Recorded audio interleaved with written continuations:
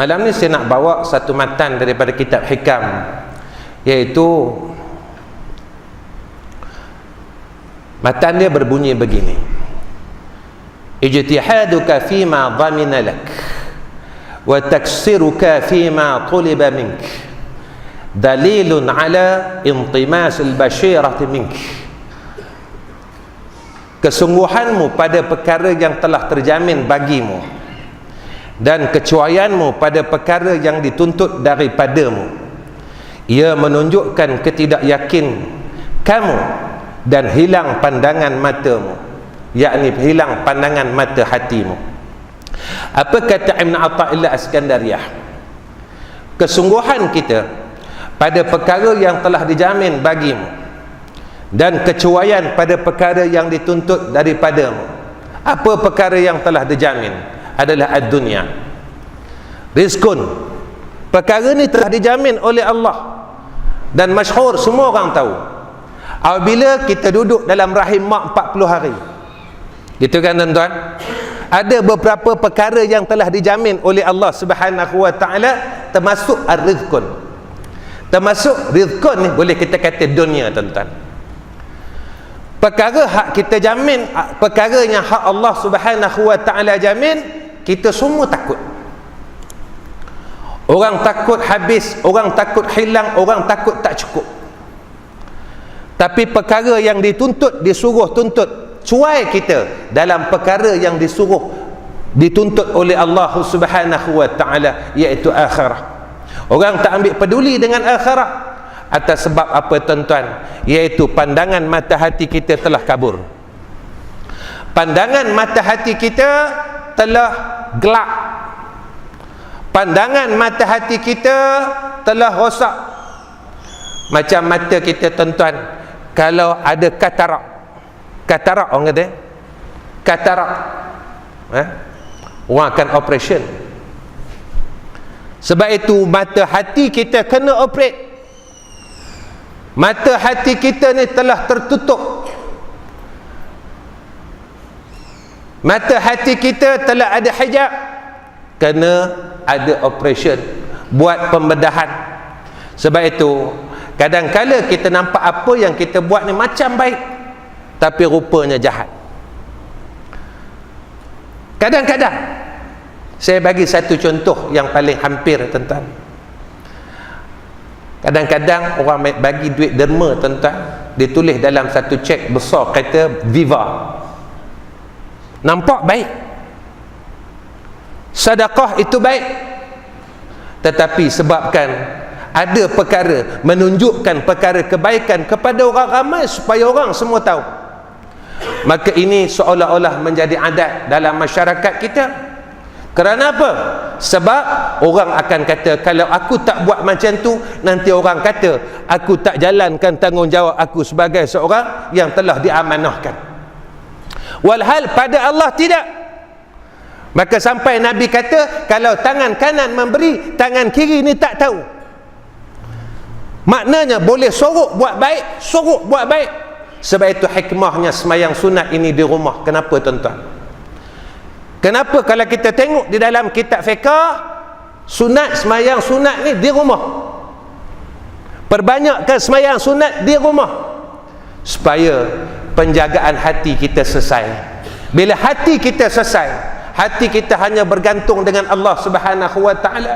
Hati kita hanya berkehendak kepada Allah. Manusia yang kita takutkan, manusia yang kita pandang selama ini, dua, sama ada kita akan tinggalkan mereka atau mereka akan tinggalkan kita. Dua perkara. Kalau dia tak tinggalkan kita, kita akan tinggalkan dia. Mana dulu, tuan-tuan? Tapi hak inilah yang selalunya diambil kira oleh masyarakat, diambil kira oleh tiap-tiap diri. Tuan-tuan yang saya kasih sekalian, maka sebab itu antara kata ulama sebut, di antara perkara amalan untuk bersihkan operation hati kita, kita kena balik-balik. Kita lari terlalu jauh, tuan-tuan. Lari dah terlalu jauh. Satu, apa kata ulama? iaitu kasih kepada Allah Subhanahu wa taala. Datangkan kasih balik kepada Allah. Kasih kepada Allah dengan kita beramal dengan seluruh tuntutan agama. Seluruh, bukan ibadat aja tuan-tuan.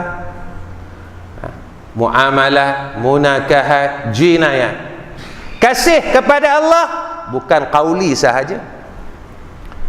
Qalbi pun kasih kepada Allah, fa'li kena tunjuk kasih kepada Allah. Kadang qauli kasih kepada Allah, tapi qalbi kita benci dengan Allah. Ini namanya munafik. Mulut kita bersyahadah, asyhadu an la ilaha illallah wa asyhadu anna Muhammadar Rasulullah. Hati kita tentang Islam, benci Islam, munafik. Hati kita suka Islam, mulut kita bersyahadah, tetapi anggota kita, fi'li kita tidak beramal dengan Islam, fasik. Tuan-tuan, fasik pun neraka, munafik pun neraka. Neraka ni bukan sejuk tuan-tuan, neraka ni panas. Kita duduk dalam masjid ni, aircon mati, kita pakat-pakat menggelupur tuan-tuan. Ni baru di dunia, belum lagi dalam neraka. Macam orang nak masuk syurga, lepas semayang, doa pun tak, zikir pun tak, terus belah. Zikir tak payah, doa tak payah, zikir semua tak payah, bid'ah belaka.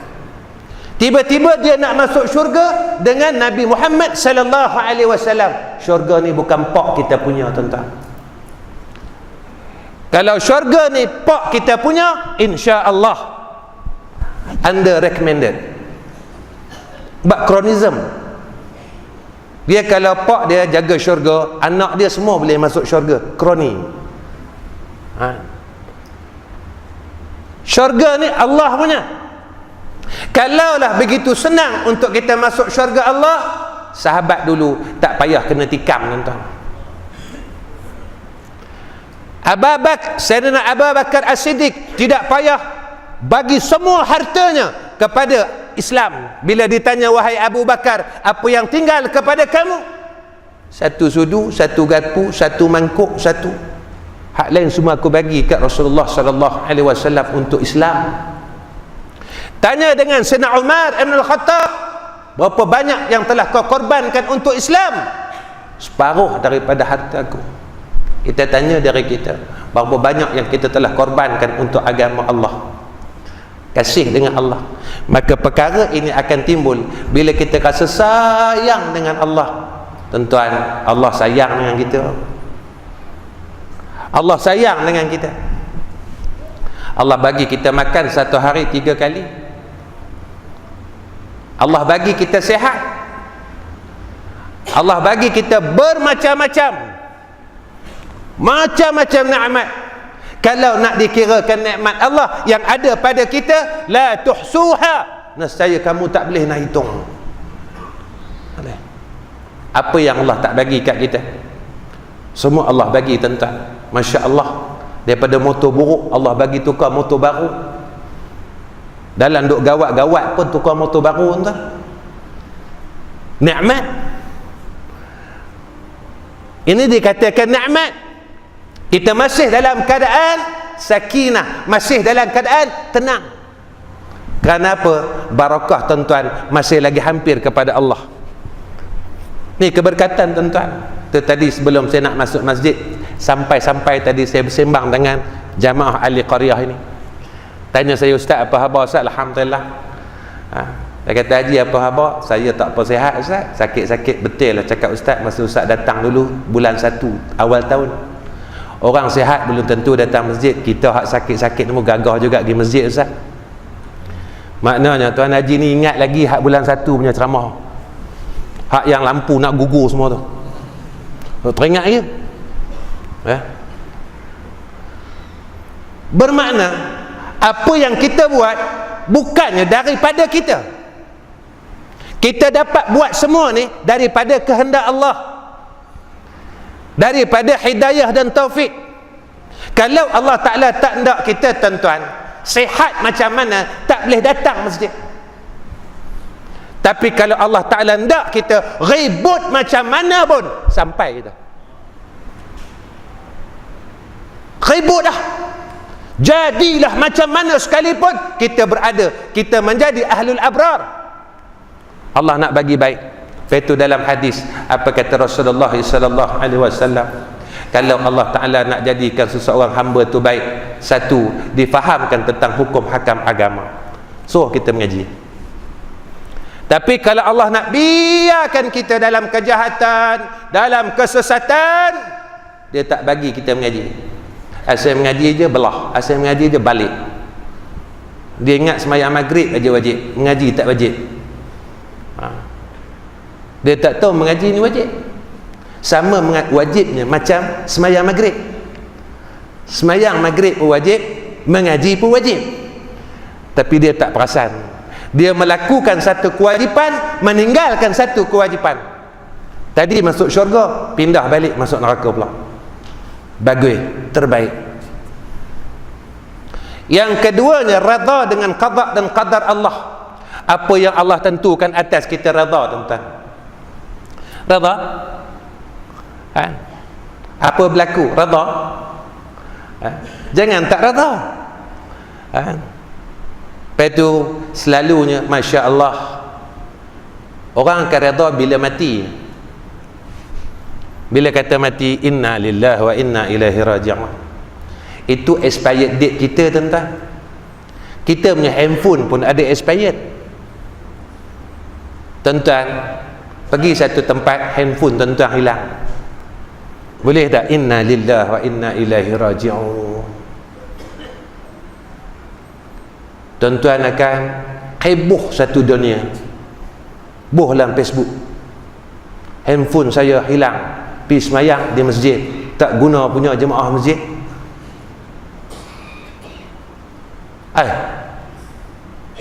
Kalau meninggal tak cakap pula, pak saya meninggal, tak guna punya doktor Sungai Petani, contoh, tak boleh selamatkan pak saya. Pasal apa kita redha dengan kematian? Kita tidak redha dengan benda-benda yang lain. Walhal semua itu adalah qada dan qadar Allah. Perkara ini telah ada di dalam ilmu Allah, telah ada di dalam iradah Allah, telah ada di dalam kudrah Allah. Kita nak petikai Allah Ta'ala secara tidak langsung, kita telah pertikaikan tentang hukum Allah. Secara tak langsung kita tak tikaikan Allah, ya Allah, kita tak cakap macam tu. Tetapi secara tidak langsung telah ada, semua telah ada. Kena redha lah, tuan-tuan, dengan qada dan qadar Allah. Lepas mengaji ni hilang slipper, tuan-tuan, senyum, kena senyum, tuan-tuan. Alhamdulillah, kau ingat kat aku, ya Allah.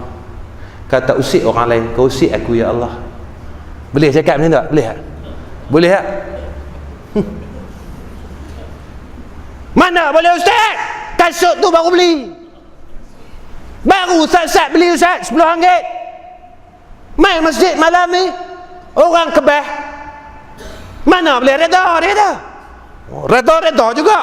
Oh, mana boleh cakap tu? Penampak sekali baru tahu. Redha lah.